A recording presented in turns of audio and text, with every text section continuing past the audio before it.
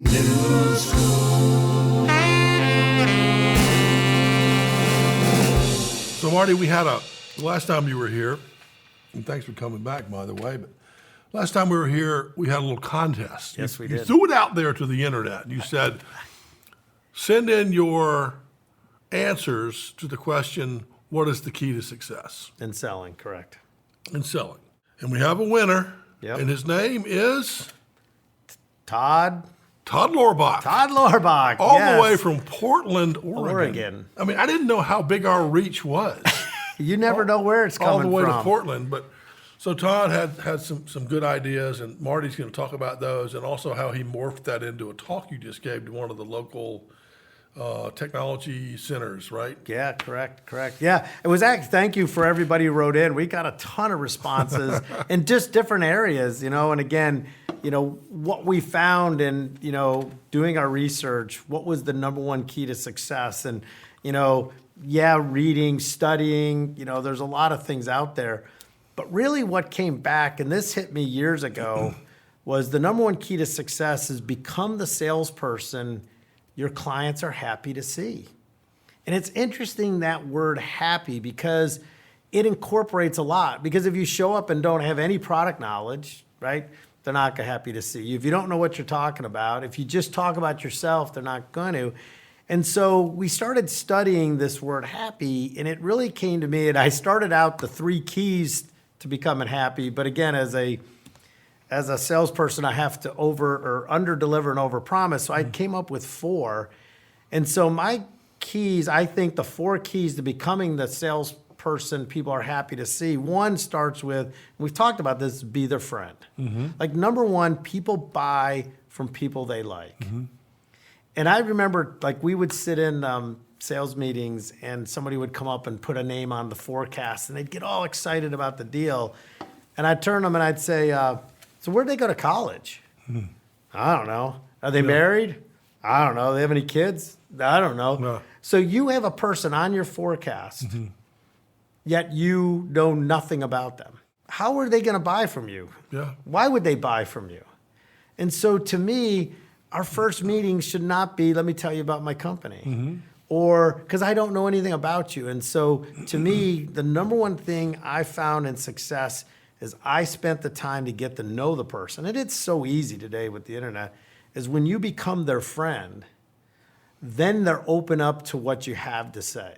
And so that was number 1. Number 2 is, we just talked about a little bit in an earlier segment about sharpening the saw, but be the expert. We saw that at Data Stream all the time. Is somebody would be like, they'd always try to bring all these, I need you to come to the meeting. Why? Well, I don't know what to talk about. I'm like, but you're the salesperson. They said, yeah, my job is to sell.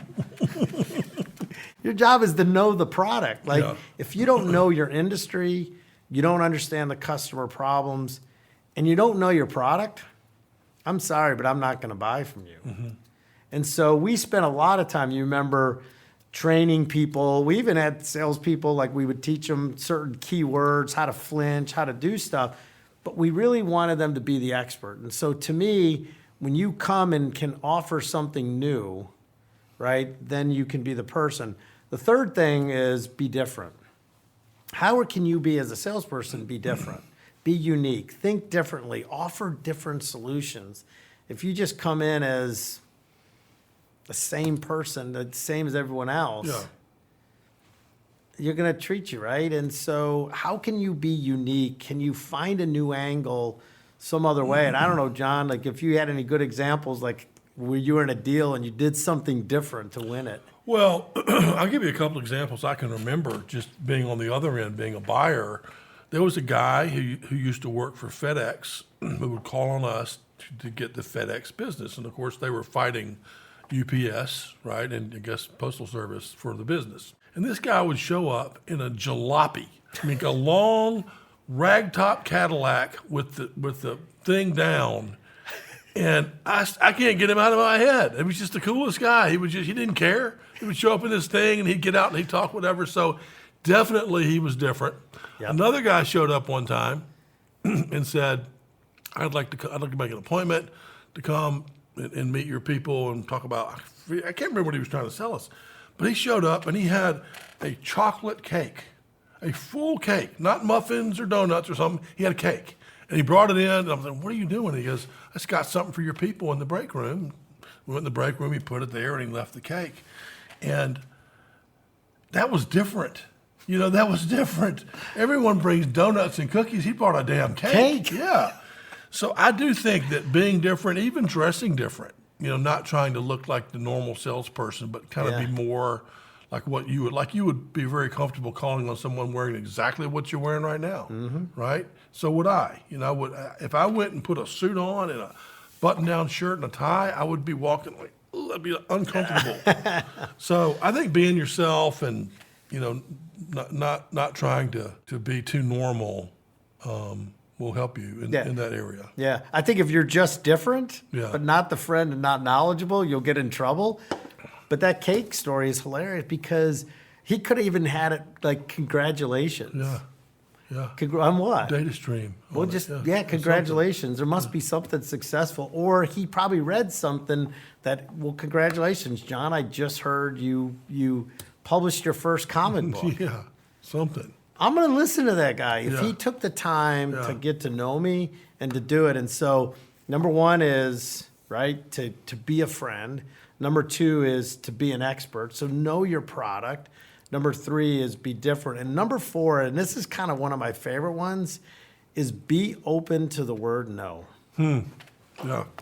Like everybody's so afraid of no. Like they don't want to pick up the phone and call. Why? Because they might say no. Yeah. Like what is our fear when we're cold calling or we're calling somebody, right? If we've done our homework, we've done some stuff, they might say, no, Marty, I'm not interested. And two things can happen. One is it's going to lead me to something else. Like maybe it's not that one thing that I'm interested. Maybe there's something else, right? I'm going down a path and they say no. The other reason is, and I say that probably if I looked at people's forecasts, what percentage do you think of most forecasts are full of counterfeit yeses? 60%. 60%. Probably at least 60% of our forecast are people that are afraid to actually tell us the word no. Yeah. So we get all excited because they're interested. Oh, John, I love what you have. Yeah, send me more. And they really have no interest, but they're too afraid to let you down. Yeah. And so one of the things that we kind of developed is I always said, I want to have a no chip, right? And I want to be able to hand you the no chip and say, John, look, what I have to say, you know, may or may not be interesting to you. Please feel free at any point in time just to say no, and I will stop and we'll move on, right? And we'll move our merry way. And once I do that and I give you that You got power, the power. Yeah. what happens? Your brain drops, your defenses drop. Now you're like, all right, tell me, because I know. I think I'll keep the power too. I keep don't need the to give power. it back to you. And so when you're open to the word no, and you want to stress, like, John, again, if this is not of interest, please tell me. Because one is, once you drop it, you might say, well, you know, I'm not really interested because your price is too high. Okay, well, now I know. Or, well, we're really not looking for something in this area. What we really are struggling with is this. Ching, right? And so I always said no is really your next opportunity, Yeah. right? So I'm either figuring out what you really want, or two is I need to put that aside and go find where the real yeses are. And so to me, that last one really shakes salespeople. You ever but done the chip before? I all the time, and it's actually funny is our call. So we developed a call script. When we would call and we would say, "Hello, John. This is Marty Osborn with Advoco. How are you doing today?" And you'd say, "Fine." And say, "Do you mind if I steal a minute of your time?" And they'd say, "No, I don't have it." I'd say, "Well, then," or I said, "Can I borrow a minute of your time?" And you'd say, "Nah, I don't have time." And I said, "Well, then can I steal it?" And they would kind of chuckle. yeah. And I'd say, "Look, I have something that I think you would be interested in, but at any point in time, if this is not for you, just tell me no." And that was our opening line. Our opening script always was that little bit of a joke. You know, can I steal a minute of your time? No. Well, then can I borrow it or can I steal it? And then the second piece was, at any point in time, if you don't think this is for you, tell me and I will stop. Yeah. And I swear 8 out of 10 times they let you say what you want to say. It doesn't mean you'll get there, but you at least drop it. So that power of no Yeah. when you can actually use that to your advantage, it's amazing. Well, those are 4 good things, and thanks to Todd Lorbach for bringing those up. Yeah, I think Todd's going to win his Starbucks card in Portland, Oregon. Portland. I love it. Well, that's a great story, Marty. And, one more thing on that. We talk about being a prospect's friend. Was that number 1? Yeah. So next time you're with somebody, a prospect or someone that you talk to some who's maybe not a good friend or a customer yet, notice the difference in their voice inflection. When you first start talking to them about, hey, how's it going, whatever, glad we're having this meeting, weather's nice, they'll be like, yeah. And then you say, so last time we talked, you told me your son was going to go to the Citadel next year. How's that going? And he'll go, you know what? Frank is down there right now. He's and his whole voice will change. Mm-hmm. And that's when you start to cross over and have more of a relationship than just one computer talking to another. Yeah, it's be their friend. Yeah. And again, it's so easy to do that, but what's that song? I want to talk about me. I want to talk about I want to talk about number one. Yeah. I think that we just get so caught up in trying to sell. Like, I got to get selling. I. And put yourself in the other shoes. When you sit on the other side, you don't care about I. Yeah. All right. Well, that's great. Congratulations, Todd. We'll have that card coming right out to you to Portland.